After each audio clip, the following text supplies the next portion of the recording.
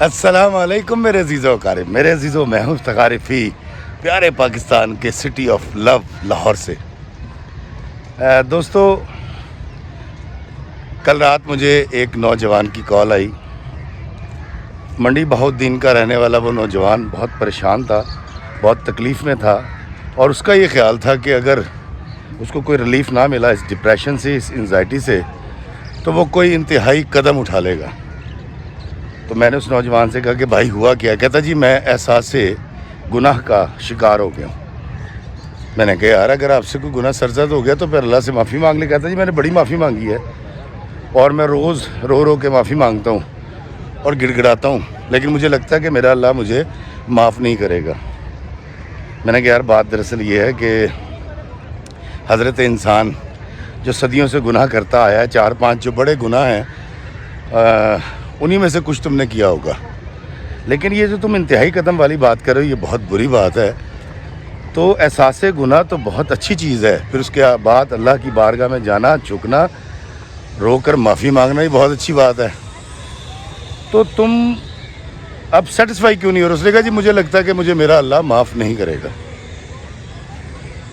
میں نے اس سے کہا بیٹا بات دراصل یہ ہے، چند ایک گناہ ایسے ہیں جو ہر انسان سے اگر نہ صحیح لیکن میجورٹی سے ہو جاتے ہیں، کسی کی دل آزاری کر دیتے ہیں، کچھ سخت بول دیتے ہیں، اور کچھ ایسے گناہ ہیں جو اللہ اور میرے درمیان ہوتے ہیں اور وہ پردہ پوشی کر دیتا ہے میری۔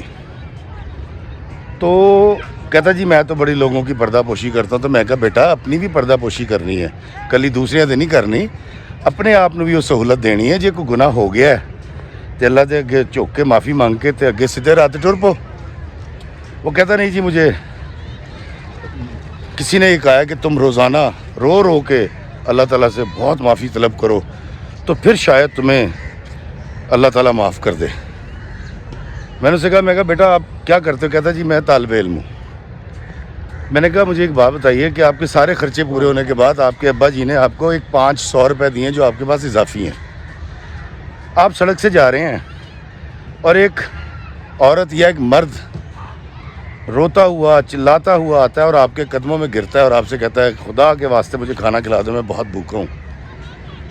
میں کہا تم کیا چاہو گے کہ وہ پہلے آپ اس سے کہو گے کہ پہلے وہ 2 گھنٹے ایسے ہی بار بار اپنی تکلیف کا اظہار کرتا رہے پھر آپ کھانا کھلاؤ گے؟ کہتا نہیں جی میں تو اس کے پہلی دفعہ رونے پر ہی اس کو آنسو پہنچوں گا اور اس کو لے کر جاؤں گا دکان پہ، کسی اچھے ہوٹل پہ کھانا کھلاؤں گا، اور 100-200 جو میرے پاس اضافی پیسے اس میں سے میں اس کو کوئی خرچہ بھی دوں گا۔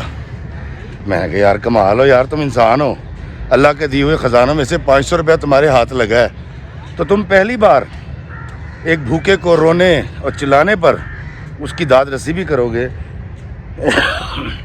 اس کے آنسو بھی صاف کرو گے، اس کو کھانا بھی کھلاؤ گے اور اس کو 200 روپے اضافی بھی دو گے۔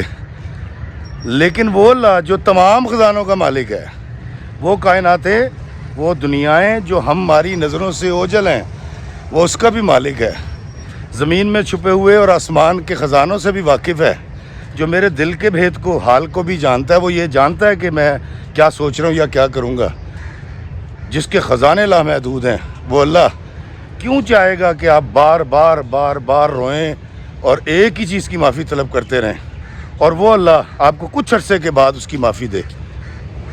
میں نے اسے سمجھانے کی کوشش کی کہ اللہ رحمان ہے، اللہ رحیم ہے، اللہ کریم ہے، اللہ ستار العیوب ہے، ہمارے مجھ جیسے نکمے ناہنجار گناہ گاروں کے عیبوں کو کجنے والا، ڈھانپنے والا ہے۔ دوستو اس کے بعد اس کی کچھ تشفی ہوئی، اور جب وہ ہنسا اور مسکرایا تو اس نے مجھے کہا جی کہ تقریباً کوئی 2 ماہ کے بعد میرے چہرے پر ہنسی آئی ہے۔ میں نے کہا بیٹا گناہ چھوڑنے کا آسان طریقہ یہ ہوتا ہے کہ آپ صدقے دل سے اللہ کے حضور جھک کے باادب ہو کے سجدہ ریز ہوں، معافی طلب کریں، آنسو بہائیں، اور اس کے بعد آگے چل پڑیں، کیونکہ اللہ تعالیٰ ہی تو ہے، ہمارے پاس اور کیا ہے؟ ہمارا اللہ ہی تو ہے جو ہمیں رزق بھی دیتا ہے، پالتا بھی ہے، ہمارے عیب بھی چھپا لیتا ہے۔ تو دوستو اس بچے سے گفتگو کر کے مجھے بہت اچھا لگا، لیکن مجھے ایسا لگا کہ میں آپ کو یہ ضرور بتاؤں کہ ہم انسان ہیں، ہم سے کہیں نہ کہیں غلطی کوتاہی گناہ ضرور ہوگا. احساس گناہ بھی بہت اچھی بات ہے، لیکن خدا را اتنا احساس گناہ کا شکار یا ندامت کا شکار مت ہو جائیں کہ آپ اس بچے کی طرح کوئی انتہائی قدم اٹھانے کا سوچنا شروع کر دیں، کیونکہ اللہ تعالیٰ اپنے بندوں کو خوش دیکھنا چاہتا ہے. اللہ تعالیٰ اپنے بندوں کو نہال دیکھنا چاہتا ہے. اسی لیے تو اس نے توبہ کے دروازے اس وقت تک کھولے میں جب تک ہمیں موت نہیں آ جاتی. اس شہنشاہ کے آگے جھکا کریں اور مانگا کریں جو ہر صورت ہمیں دے گا، وہ چاہے رزق ہو یا معافی. کسی بشر میں ہزار خامی اگر جو دیکھو تو چپ ہی رہنا. کسی بشر کا جو راز پاؤ یا عیب دیکھو تو چپ ہی رہنا.